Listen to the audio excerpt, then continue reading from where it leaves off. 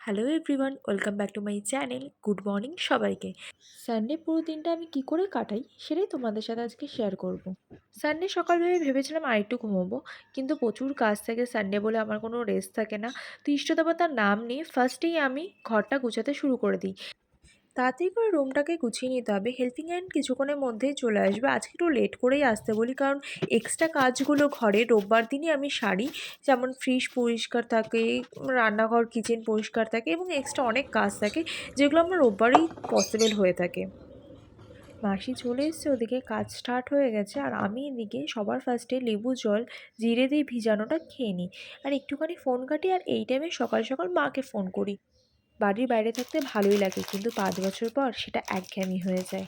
কেন, বাড়িতে থাকলে আজকে সব কিছু হাতের উপরে পেয়ে যেতাম। তারপরে কিছু না করে কাজ করতে বসে গেলাম। হ্যাঁ, সানডে তারপরে আমাকে কাজ করতে হচ্ছে, কারণ আমার এখন 7 ডেজ ওয়ার্ক আছে। একটু চাপ বেড়েছে কাজেরটা। তারপরে এই করতে করতে কাজটা করে লাস্ট অবধি খাবারটা বসিয়ে দিলাম। তারপরে দেখো আমি খেয়েছি, কারণ আমার প্রচণ্ড খিদে পেয়ে গেছিলো। সকালবেলা আর ব্রেকফাস্ট করিনি। তারপরে আমি স্নান করে এসে এখানে আমার স্কিন কেয়ার রুটিনটা ফলো করে নিচ্ছি। সানডেতে আমি স্কিনের যত্নটা খুব ভালো করে নেওয়ার চেষ্টা করি, কারণ বিগত 6 দিনে আমি যে রোদের মধ্যে গিয়েছি তাতে আমার প্রচুর ট্যান পড়েছে। আমার ট্যানিংয়ের প্রচুর প্রবলেম থাকে। তো তার জন্য আমার প্রচুর টাইম লেগে যায়। সবাই বলে রোববার নাকি আরামের দিন, কিন্তু সত্যি কথা বলতে রোববারে আমার সবথেকে বেশি কাজ থাকে। কারণ সেদিনকে আমাকে অফিসের কাজটাও কিছুটা করতে হয় এবং বাড়ির কাজটা তো মাস্ট করতেই হবে, নাহলে পরের সপ্তাহটা চলা মুশকিল হয়ে যায়।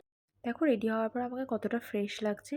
আজকে আমি সমস্ত রান্নাও প্রিপারেশন করে রাখি 7 দিনের মতো। কিছু কিছু রান্না ছোটোখাটো যেগুলো আমি করে রাখি আজকের দিনেই।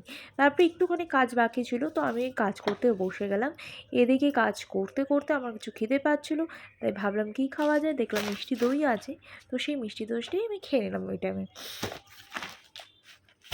আমার একটা তোমাদের দেখে খুব বোরিং মনে হবে, কিন্তু আমি এতটাই ব্যস্ত থাকি কাজের মধ্যে যে আমার কাছে বোরিং মনে হয় না।